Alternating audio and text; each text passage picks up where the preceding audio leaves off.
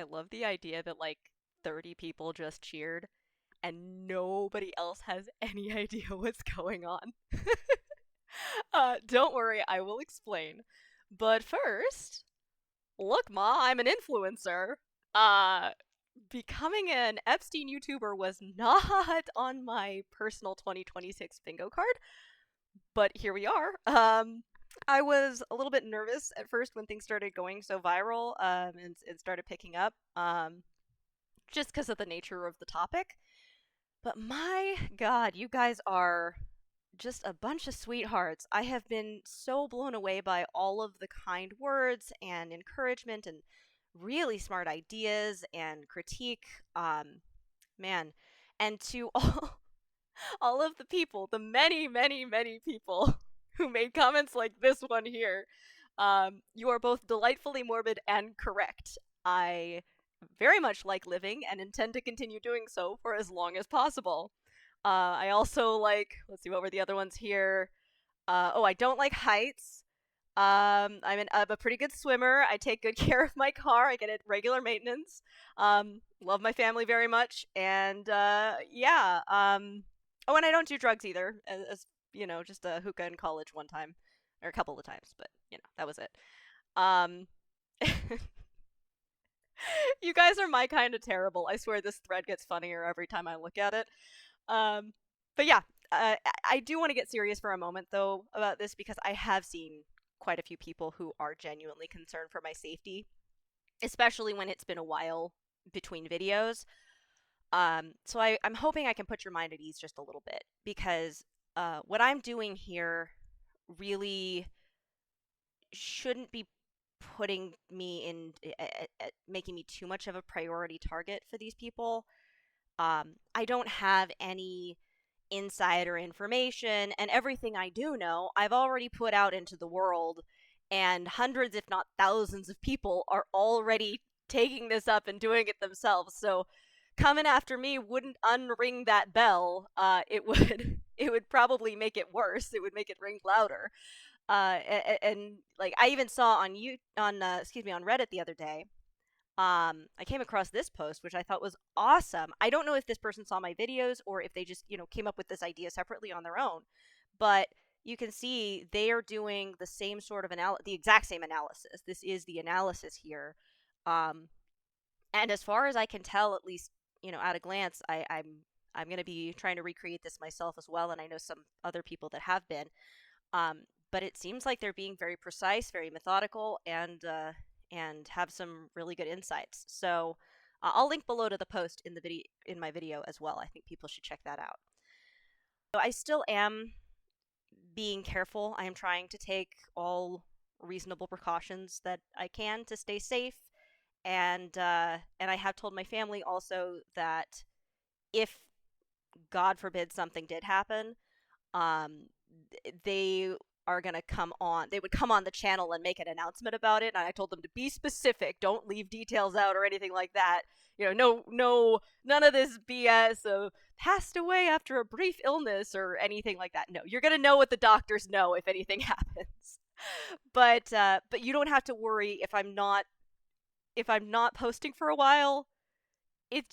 I'm not going to go quietly into the night. It's just you'll know if something bad happens. If I'm not posting, it's just because I'm doing other stuff. All right, moving on from the subject of my mortality and slightly more imperiled existence upon this earth, we have a Discord server now. I'm so excited to share this with you guys.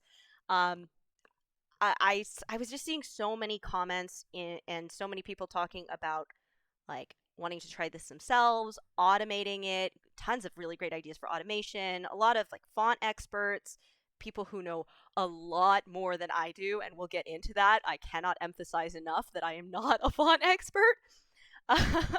But I really wanted to create a space where everyone could connect and collaborate. And when I posted on the channel and said, hey, how would you guys like to connect? They all said, hey, we'd like a Discord. So I made this server about 6 days ago. I started this with 2 channels. We had a general chat and we had a community forum with a single post asking people, what would you like to see in this space? Because I really want to be building this up as a community. You guys are going to know a lot better what you need to be able to be working efficiently than I know. And as you can see, it has built out very, very quickly. It was literally 6 days ago. It was 2 channels, and now we have a mod team. We have server structure. We have just a really robust community. 200 or so members already, just from the first pass of posting once on the YouTube channel. And people are doing amazing things. We got one person did a just in terms of building community, but in terms of the tools that they're building, we've got like automating stuff. We've got tools that are examining the length of names and characters down to the pixel, some of them. People are compiling all sorts of information and trying to organize everything. And then in terms of structuring and building out the community, we have someone that made us a little really, really awesome little newsletter bulletin that talks about the highlights of the server. That one just made my day. And of course, as many people have commented, one of my users, one of the sleuthers here, made this logo for the server, which I then asked, hey, can I put that on my channel? Can I put that on everything? So, Ninja Sir, user Ninja Sir, thank you so much. I don't know if I'm pronouncing your username right. They do have a YouTube channel, and I recommend everybody check them out. And thank you so much for this really, really cool thing and letting me use that across the board. Yeah, and I can't show you yet. You know, I can't go into details. I want to maintain privacy and not give away too much of the game.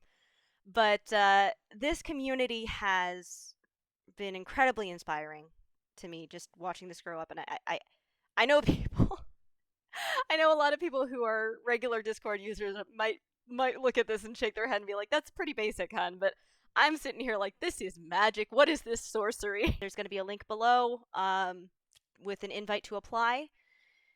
We'd love to have anyone. We've got stuff for people who have advanced programming skills, all the way through people who just want to come in and help read documents or just want to find places that they can help out, proofreading, helping sift through stuff. We need it all.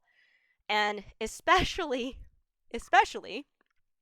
if you are one of those people commented on any of my videos talking about ligatures or monospace fonts or descenders or any other things like that, because I can promise you, you are much more of a subject matter expert when it comes to fonts than I am.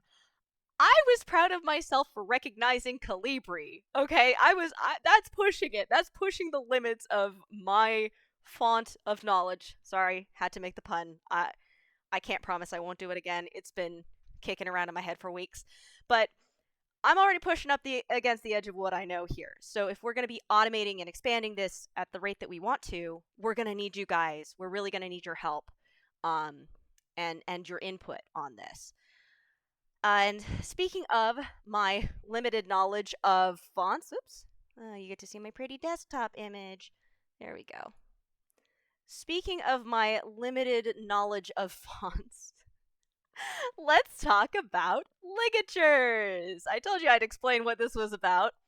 So apparently, when ligatures are turned on, certain characters, when they get close enough to each other, they just reach out and they hold hands. They like to hold hands. Isn't that cute? And as you can see, it does subtly but notably change the length of the character string that we're examining. It collapses it down into, I think somebody called it a glyph. I hadn't heard that term in relation to in relation to modern fonts. I'd heard it in relation to like hieroglyphics. But yeah, it collapses it down into I guess one combined mega character instead of two. But it's really cute, and it holds hands, and we need to make sure, though, because if we look elsewhere in the document, when we go up here, you can see that the F's here are not holding hands. There is definitely, gets lighter in between there, which means that before this got all pixelated, there was probably almost certainly a gap between the two. And when we turn it off, everything does fit just a little bit better. So this is another example of watch your settings, kids, because boy, they can make a difference, especially if we are getting into longer redactions, which I'm really hoping we can be building on what we know and really getting into those longer redactions. That could add up. So it's very important to keep that in mind. A couple other things that people pointed out that they were talking about that I wanted to touch on were some people were mentioning that kerning and other settings like that could potentially change from word to word if, say, something was copy pasted. So like if this was from a different document that had a different kerning settings, it's possible that if it was copy and pasted in, the document itself might not have applied universal settings to it. I don't know if that's what Word would do, because probably Word and Adobe software and things like that would be most of what was being used here. And I don't really have a way to test it myself because I do not have the Office suite or anything like that. So if anybody knows specifically either way and has like tested this out, please comment below or join the Discord and tell us, because we really need that. That information would be very helpful. But again, just always when we're working on this, grain of salt. Keep a grain of salt in mind. Know that things can vary in weird ways that you're not expecting, and the ultimate thing that's gonna prove this or disprove this is gonna be when they actually release the unredacted files. But also, we can get a lot more confidence with corroboration. So we'll talk a little bit more about how we can corroborate once we've got a name, as we get into the next couple of names that we got for here.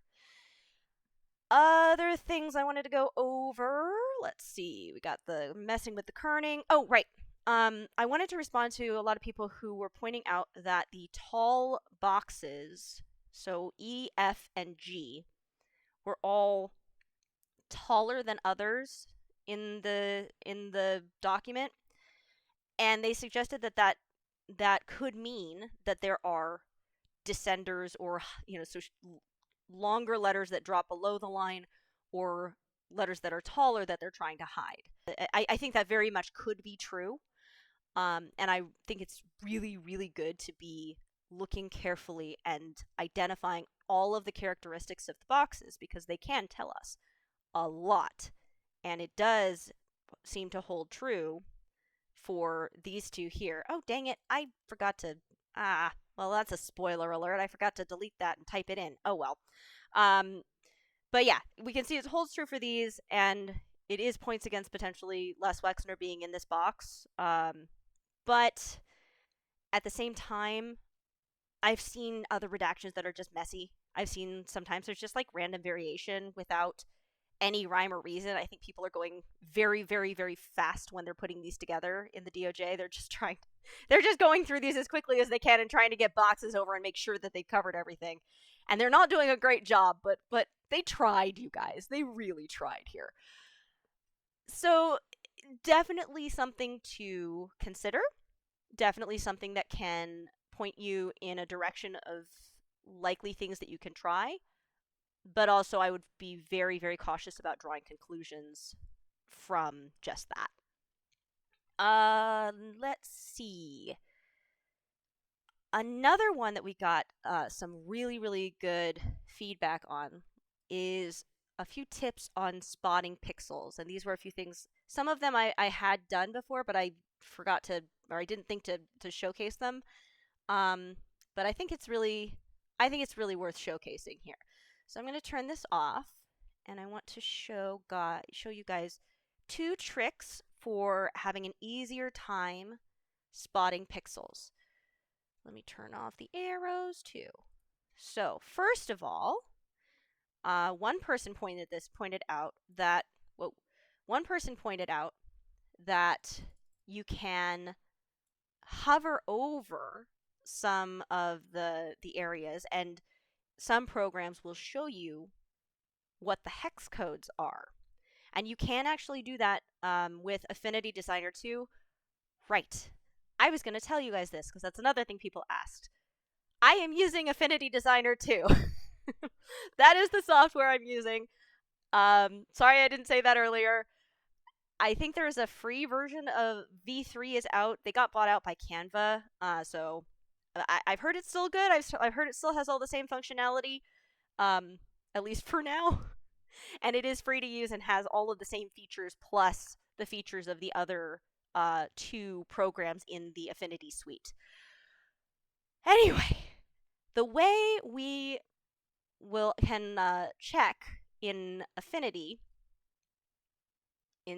Designer 2 or in Affinity Photo is if you grab the little eyedropper tool, so you click it and you hold it, left click and hold, you can then drag it over, and if you look just underneath this big old circle here, right, the big old magnification circle, you can see it shows the RGB values. That's red, green, blue values where they change.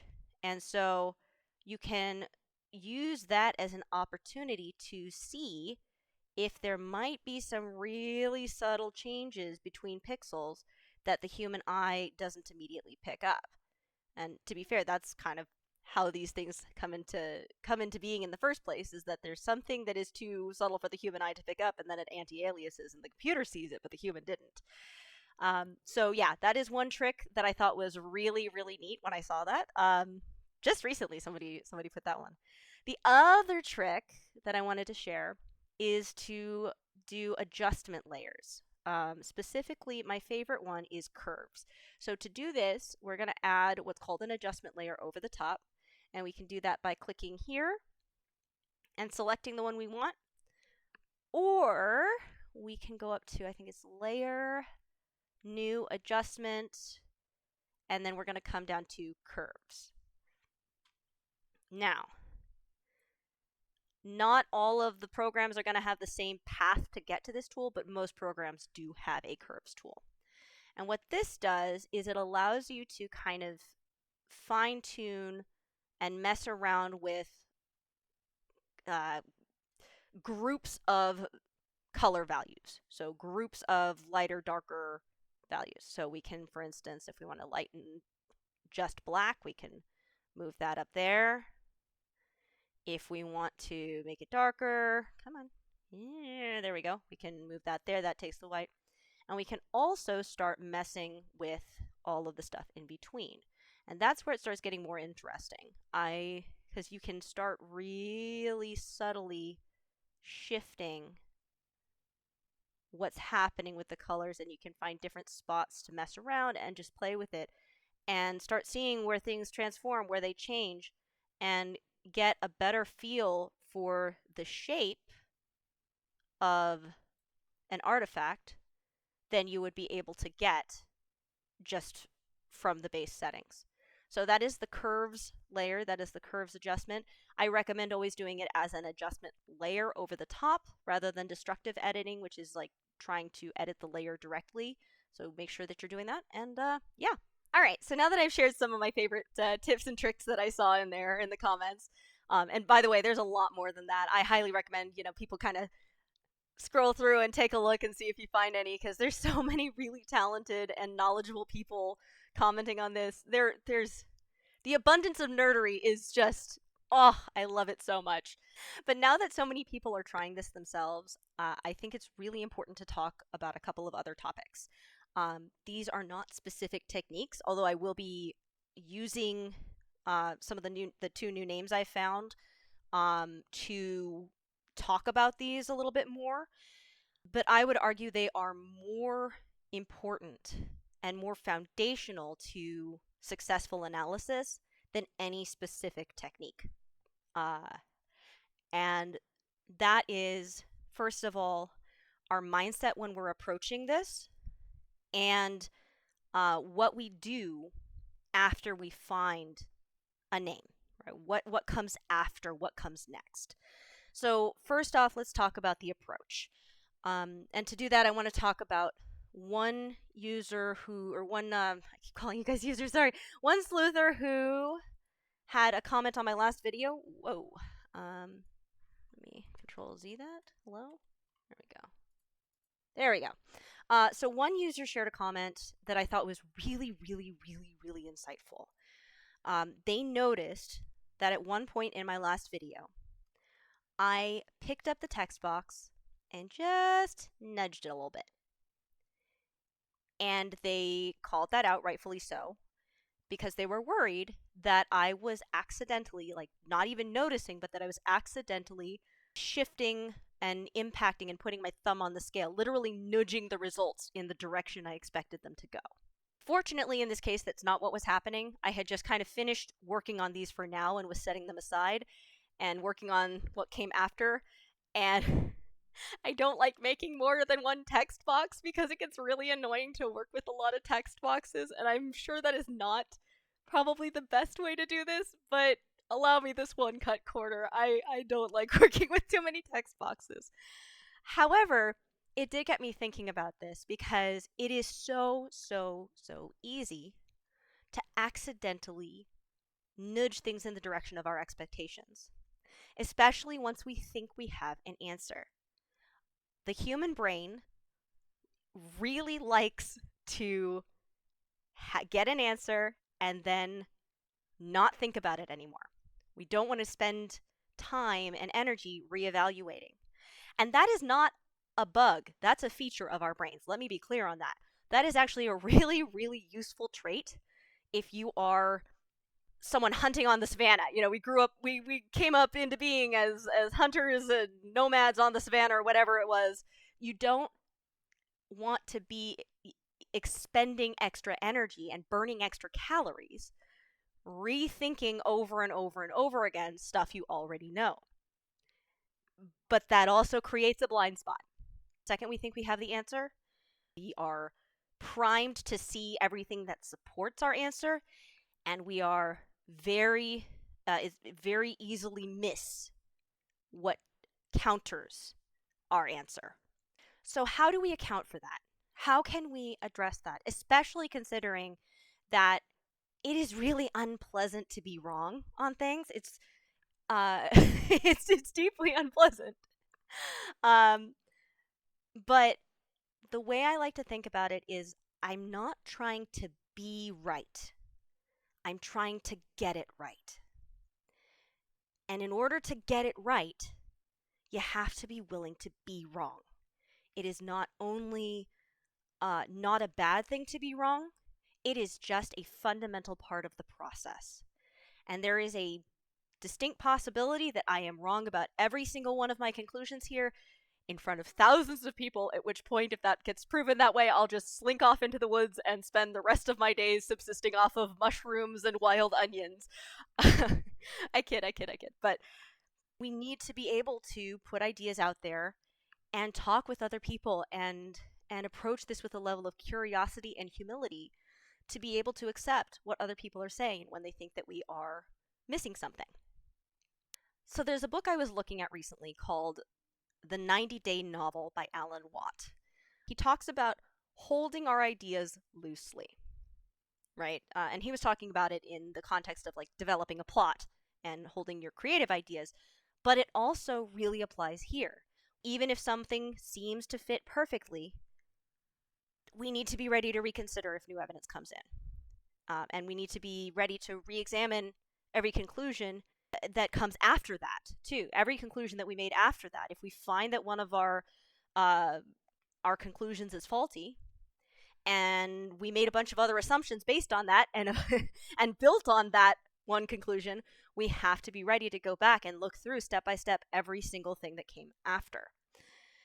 So let me show you what that looks like in my own research. So back in my second video, I talked about having found a name that fits in box I. And it was one of 300 plus names that I had tried, and it was the only one that fit.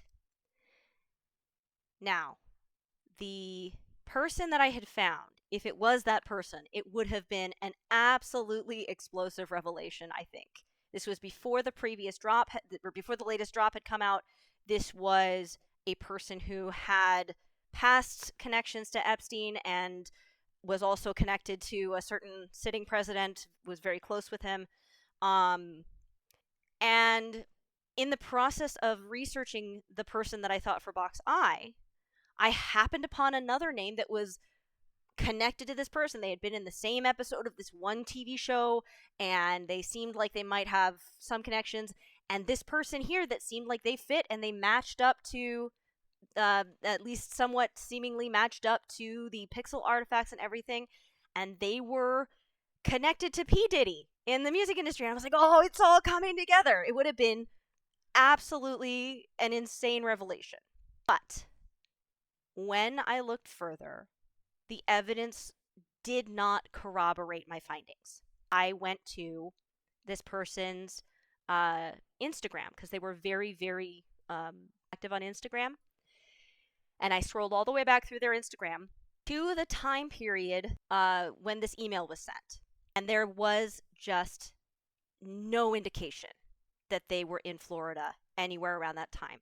They were, in fact, abroad for a good portion of that time, and it didn't make sense for them to be approached there.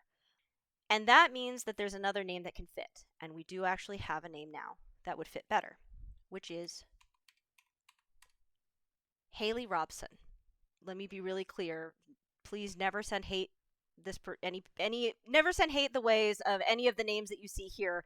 It doesn't mean anything beyond they fit in the box, first of all, and second of all, a lot of his co-conspirators were actually victims themselves, and Robson was one of those. She has been very open about her story, and I think very brave in putting herself out there and expressing, telling her story and pushing for truth and justice and healing for herself and for the other victims. Because she has been so public about it, because she has been so forward about that, I do feel like it's okay to be putting her name out here. I would not be putting this there if she were an anonymous victim or trying to kind of stay off of the radar here. I would just leave it be. There's additional corroboration back in this document here, as you can see, as I said with my spoiler alert.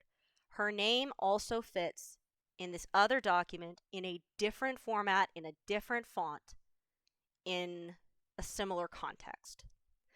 Plus, she is based in Florida, so it makes a lot of sense that she would be served there.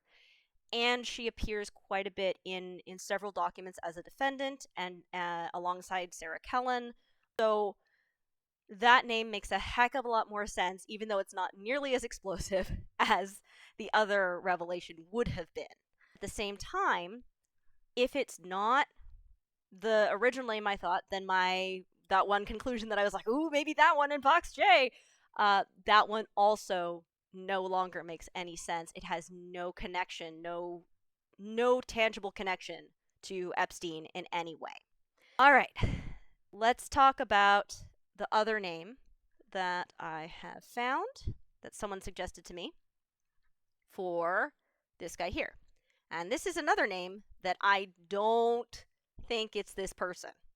But I do want to show you because, let me turn on the arrows again. Where are the arrows? There they are. All right. Because his name fits so darn well. I can't even believe how well his name fits in there.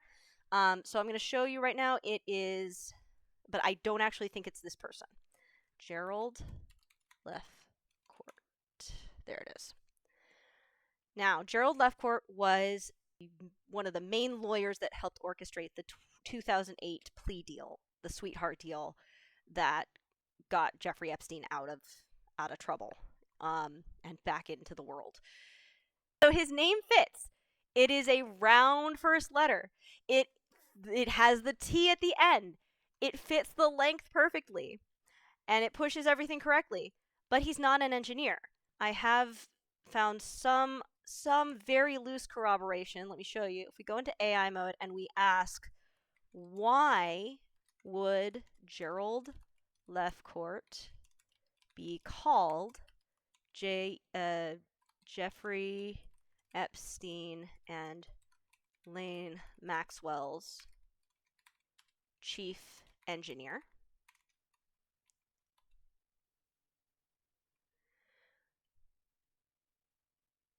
It talks about how Gerald Lefcourt is often associated with this description So he is often associated with this description due to his central role as a defense attorney who helped engineer the controversial 2008 non-prosecution agreement.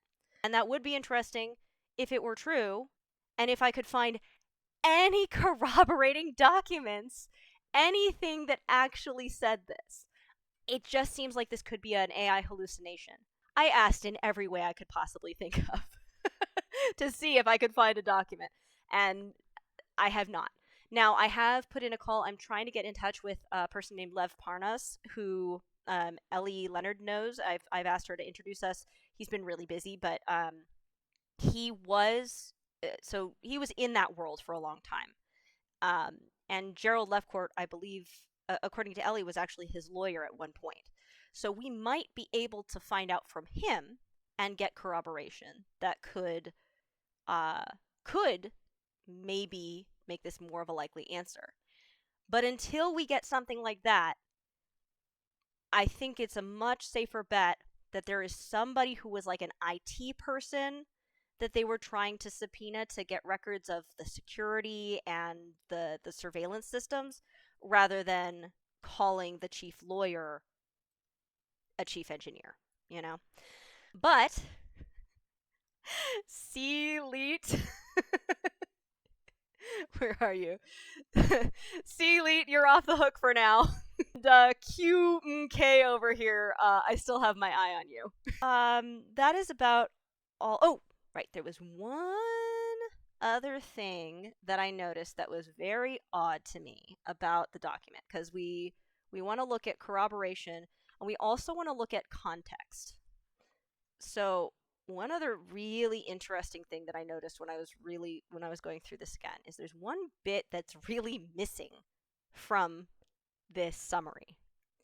And that is a bullet point that should be right here, talking about Jeffrey Epstein's 2008 plea deal. Why is that not in here? I don't want to draw any conclusions for sure, but it is and I do not believe in just asking questions, right? There's no such thing as just asking questions. We are actually seeking an answer to this.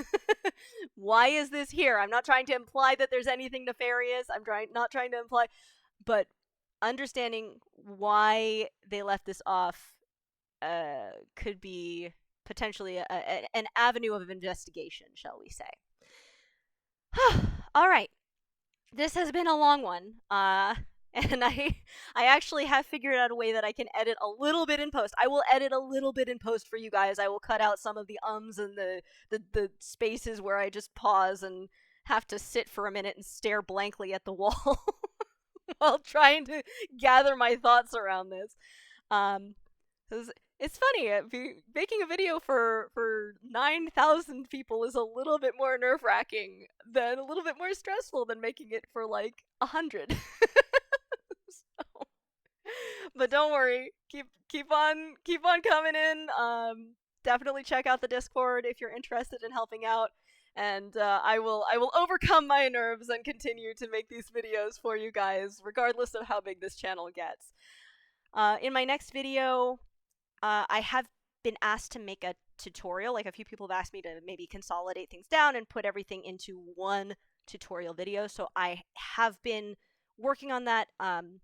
Main focus right now has been just making sure the Discord is getting off the ground and that we're getting everyone's needs met, because again, having so many people working on this together is going to be so much more efficient and effective at getting through these files. Like, we have a chance of getting through these files in a way that I did not expect to be able to do, and certainly would have been really impossible to even consider on my own. But yeah, so keep an eye out for the next vid. I cannot promise you guys a regular posting schedule. I am so sorry, guys. That is not something I can promise. But I will do my best to keep giving you guys proof of life as time goes on. And remember, if you don't hear from me, it doesn't mean anything has happened, and you will get an announcement if anything, God forbid, did happen. So thank you guys again. This has been incredible. Continues to be incredible. And I'll see y'all around. Bye.